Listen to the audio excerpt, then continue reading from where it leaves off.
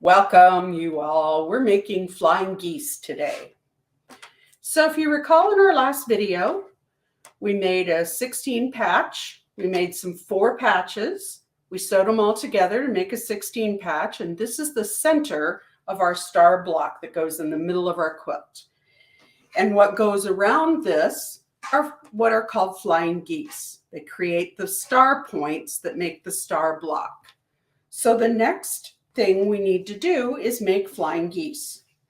Flying geese are an essential element of most quilts. They make up a lot of different quilt patterns, anything that has stars in it.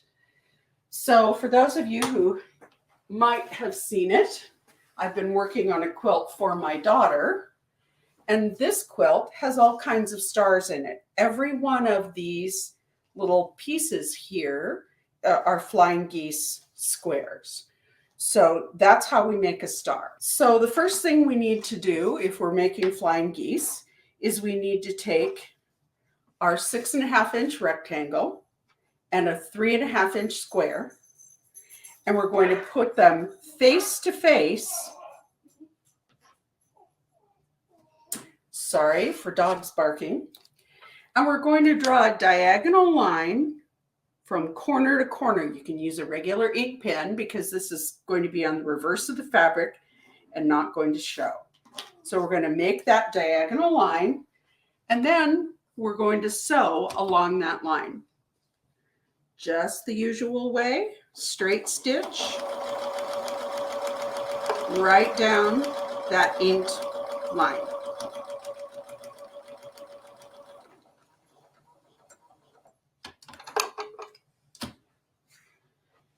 We're going to trim our threads because if we don't do it now, we're going to have to do it later. And there we have the first side of our flying goose. Now, as I've said before, quilting is not really about fabric reserving, and making flying geese is no exception. So the first thing that we're going to do is we're going to take our ruler and we're going to run our 1/4-inch mark right along the seam we just sewed. And we're going to take this extra flap of fabric off. We're going to leave ourselves a 1/4-inch seam allowance, like so. Now we're going to do the other side exactly the same way. Now, one thing you do want to make sure is that you are lining up your fabric so that you have a nice, where the 2 points come together, you have a nice overlap. Because when we sew this to our other square, we're going to want to make sure that we can sew accurately and not cut that point off, or as we say, cut the nose off the goose. So, another diagonal line. A pin if you are nervous about your fabric sliding under the needle. And we're just going to sew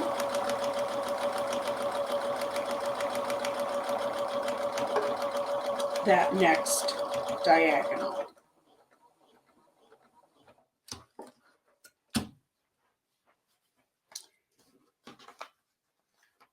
So there we have our flying goose. We're going to take that extra flap of fabric off. Now, I don't know if you want to save these or not. Some people save them to do other projects with.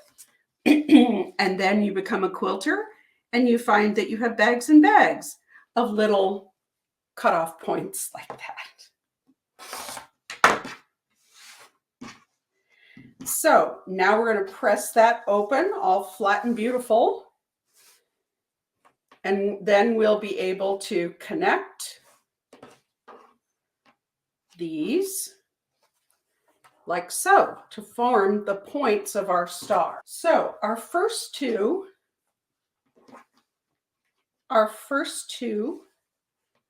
will be sewn like this. Once we've done that,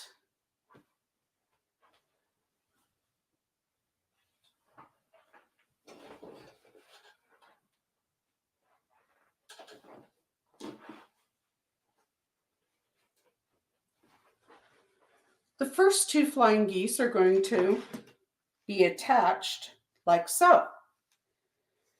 Now, once we've done that, we're also going to create the units using the corners of our background fabric, and then we'll sew those strips on as well.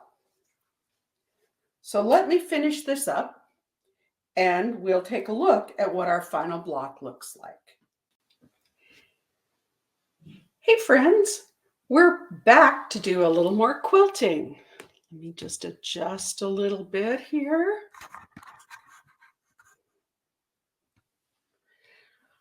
Okay. So today we're going to talk about half square triangles. Now, in our last video, I went ahead and combined these two because we're moving ahead. And part of doing the next step requires us to do flying geese as well as half square triangles. So here is the center block for our quilt that we've completed. And the next step is we're going to make some half square triangles. Now I want to talk a little bit about half square triangles. Half square triangles are basically 2 triangles sewn together. Now, if you remember when we made our flying geese, we had all these little triangles left over. And I guess there would be a temptation to try and sew these 2 together.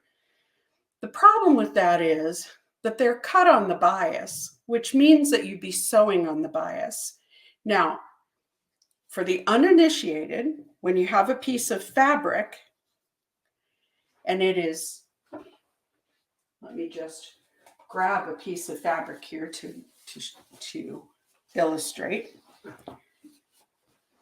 When you have a piece of fabric and you're looking at it from the selvages,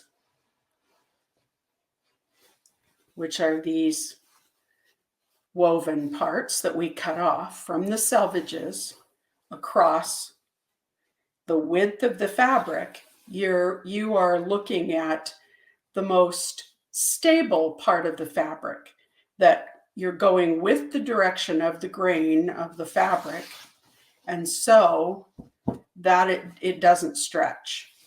But if you were to take the fabric from corner to corner, you're going to get a fair amount of stretch on what we call the bias.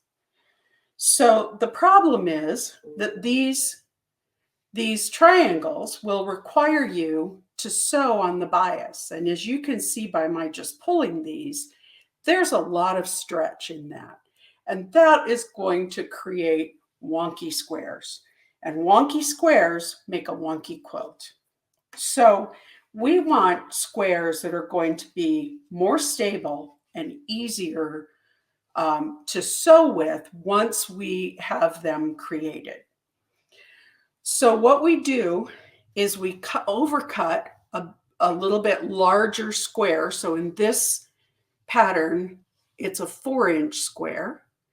And then we're going to put a line down the middle on the diagonal. You can use a regular ink pen because this is the wrong side of the fabric. And then what we're going to do is we're going to use that as a center line, and we're going to sew a 1/4-inch line on each side of that inked line.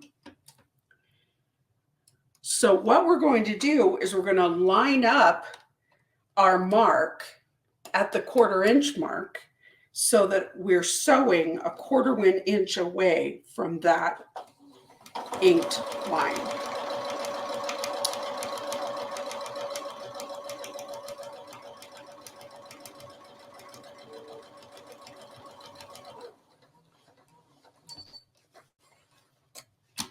And when we're done, I know you can't see my seam because I'm white on yellow, but when we're done, we're going to have that nice little seam right there. And now we're going to do the same thing on the other side. so that when we're done, we're going to have a seam at the 1/4 inch mark on each side of that inked line. So that when we cut that down that line, we're going to have 2 perfect half square triangles. And they're not going to have stretched out because we've had much more space to sew and we don't have them causing us problems on the bias. So let me just run that quick stitch.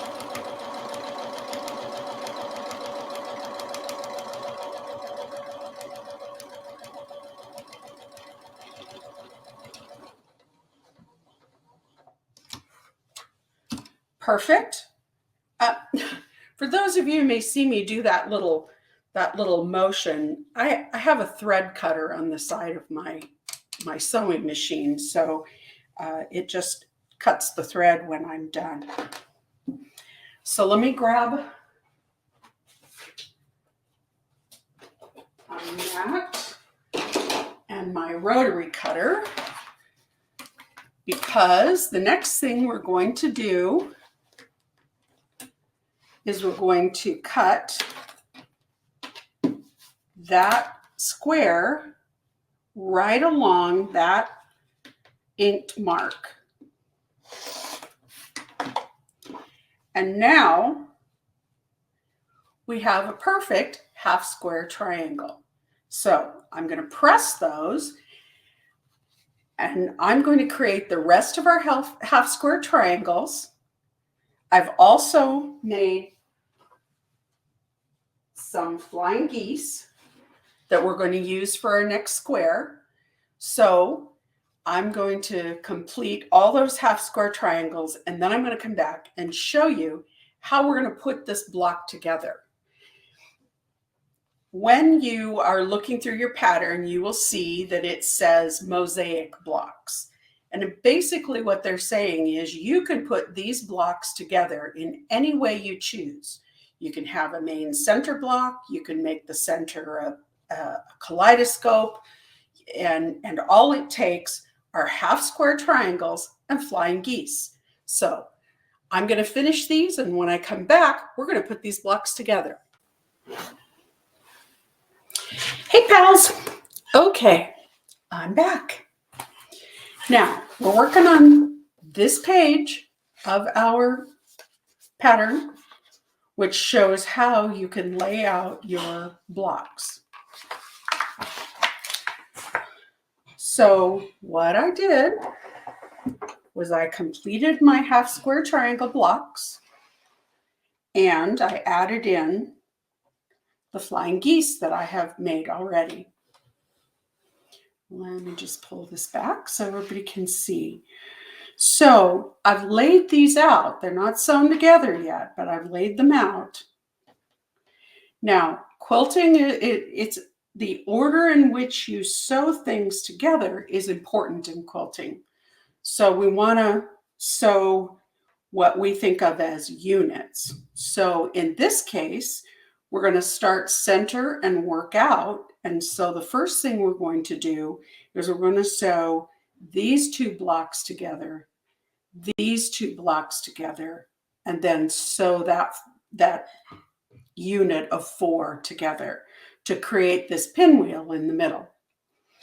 Then we're going to sew flying geese at each end. Now, once we get this sewn together, it's going to take up the seam allowances, so these are going to fit. We're going to sew the one on each side of this. Then we're going to take these pieces and we're going to sew them together here and here as a unit, and then attach them on the sides. So the order that we sew things in is what helps us keep the block square and helps it fit together. So I'm going to do that, and then I'll come back and show you the finished block. Hey friends, I'm back. I went ahead and finished 2 blocks so that I could do a little show and tell. Here's our first block with the pinwheel in the center. And here's our other block with a plain black square in the center. You can see they're basically constructed the same, but because of the differences in the fabrics we've used, different fabric intensities, darks, lights, they look very different. So in our construction of the quilt, we're going to need 4 of these squares. Now they can all be different or they can all be the same. It's up to you.